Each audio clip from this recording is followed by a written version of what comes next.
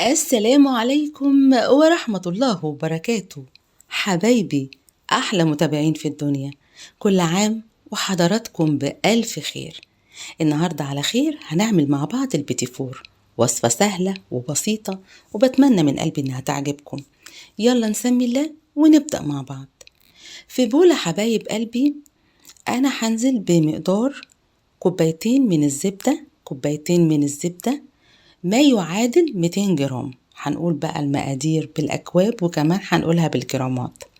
كوبايتين زبدة ما يعادل 200 جرام من الزبدة. وهتشوفوا معايا دلوقتي المج اللي أنا استخدمته في الوصفة كلها. كوباية إلا ربع من السكر ما يعادل 90 جرام من السكر. سكر البودر طبعا ضربته وبنخله كمان عشان أتأكد إن ما يكونش فيه أي تكتلات زي ما انتوا شايفين كده، وبنزل بيه على الزبدة. الموضوع سهل وبسيط جدا.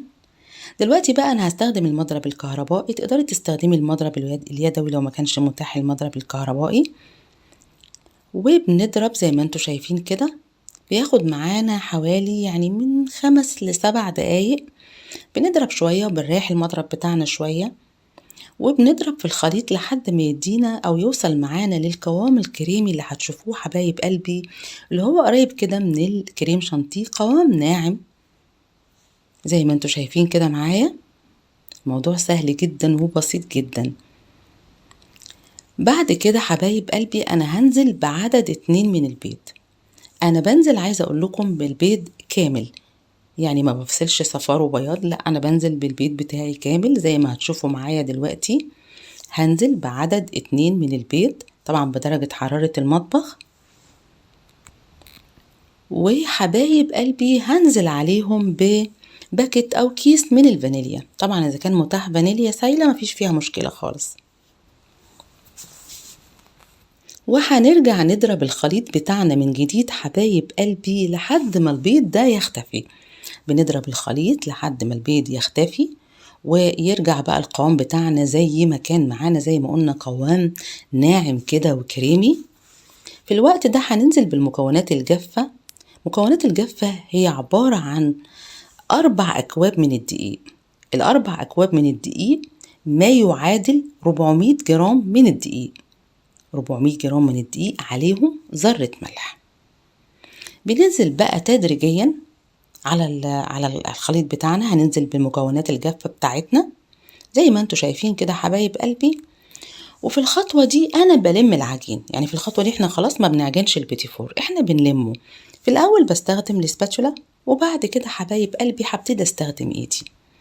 عايزة اقول لكم ان طبعا اصعب خطوة بتبقى عندي هي الخطوة اللي بشكل فيها، عشان الناس اللي تعرفني عارفة ان انا عندي التهاب في اوتار ايدي، وده بيخلي عندي ألم يعني صعب جدا لما يعني بشتغل بإيدي كتير. الحمد لله يا رب، الحمد لله.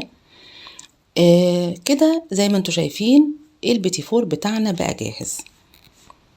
زي ما انتوا شايفين القوام ناعم جدا. انا اخدت ربع الكمية وحطيت عليها معلقة كاكاو خام، كاكاو مر، ومعلقة من الزبدة، لان لما بننزل على البيتي فور بالكاكاو بينشف معانا. دلوقتي بقى هنشكل بايه. انا هستخدم الكيس السيليكون ده. عايزة اقول لكم انت ممكن تستخدمي الكيس السيليكون، ممكن تستخدمي ماكينة البيتي فور لو كنت بتفضليها. اذا ما كانش موجود خالص ممكن نستخدمي الأقمعة العادية دي. عايزة اقول لكم ان فيديو البيتي فور عندي على القناة انا كنت عاملة اشكال عشوائية كده بايدي، وكان بجد حلوة قوي، يعني نتصرف. بعد ما شكلنا بقى البيتي فور زي ما انتوا شايفين كده حبايب قلبي، الفرن بتاعي طبعا بيبقى شغال على درجة حرارة 150، لكن ضروري ان احنا لما بندخل البيتي فور بتاعنا بنهدي الحرارة. ده مهم جدا. هي بتاخد من 10 ل 12 دقيقة على حسب الفرن بتاعك، تاخدي بالك منها وهي في الفرن. وهتطلع معانا ان شاء الله زي ما هتشوفوا معايا دلوقتي. ده الجزء اللي بالكاكاو. دي الكمية اللي انا عملتها زي ما انتوا شايفين كده. الحمد لله طالعة ما شاء الله عليها، الرسمة بتاعتها زي ما هي. كمان هتشوفوا معايا، بصوا التسوية بتاعتها حلوة قوي. طالعة بصراحة البيتي فور ناعم ودايب جدا، حلو جدا. وهنا الكمية كلها، سواء كانت بقى الكمية اللي هي بالفانيليا او الشوكولاتة. وهنيجي للخطوة بتاعة التزيين، وانا دايما بقول لكم الحاجات دي بتبقى اذواق، هنعملها بالطريقة المتاحة، يعني بالطريقة اللي احنا بنحبها، وكمان بالطريقة المتاحة حسب امكانياتنا المتاحة عندنا. انا كان عندي بار شوكولاتة، وكان عندي مربى وجوز هند، كان عندي بسيط قوي من الفستق. طبعا سيحت الشوكولاتة بتاعتي دي في حمام بخار.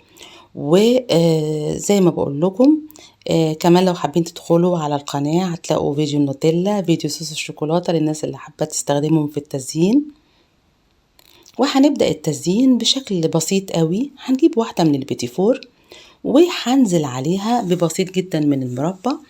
ويا ريت لما نيجي نحط المربى نحط فعلا كمية قليلة، عشان لما نقفل البيتي فور ما يطلعش معانا من الجوانب. دي مربى مشمش، طبعا انا بحب مربى المشمش جدا. زي ما انتوا شايفين بنقفل البيتي فور بتاعنا، وكمان هحط كده بسيط من المربى.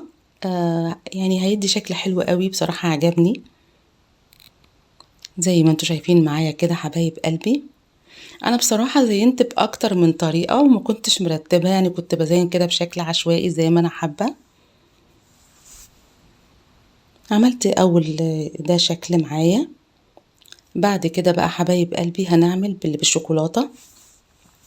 هحط بسيط من الشوكولاتة، وكان على الوش حطيت بسيط من الفستق، وبجد طلع شكلها حلو جدا وطعمها كمان حلو قوي. واللي بالشوكولاتة بقى حطيت فيه مربى وزينته من بره بجوز الهند، وبرده كان طعمه حلو جدا. ودي كانت النتيجة، بجد طالع حلو قوي، طعمه حلو قوي، بتمنى طبعا تجربوه. زي ما انتوا شايفين كده حبايب قلبي.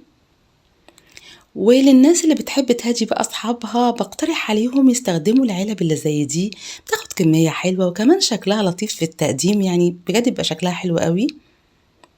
بتمنى من قلبي الفيديو يعجبكم. يا ريت لو عجبكم ما تبخلوش عليا بلايك، شير، اشتراك في القناة، واستنوني دايما في المطبخ مع سنة. السلام.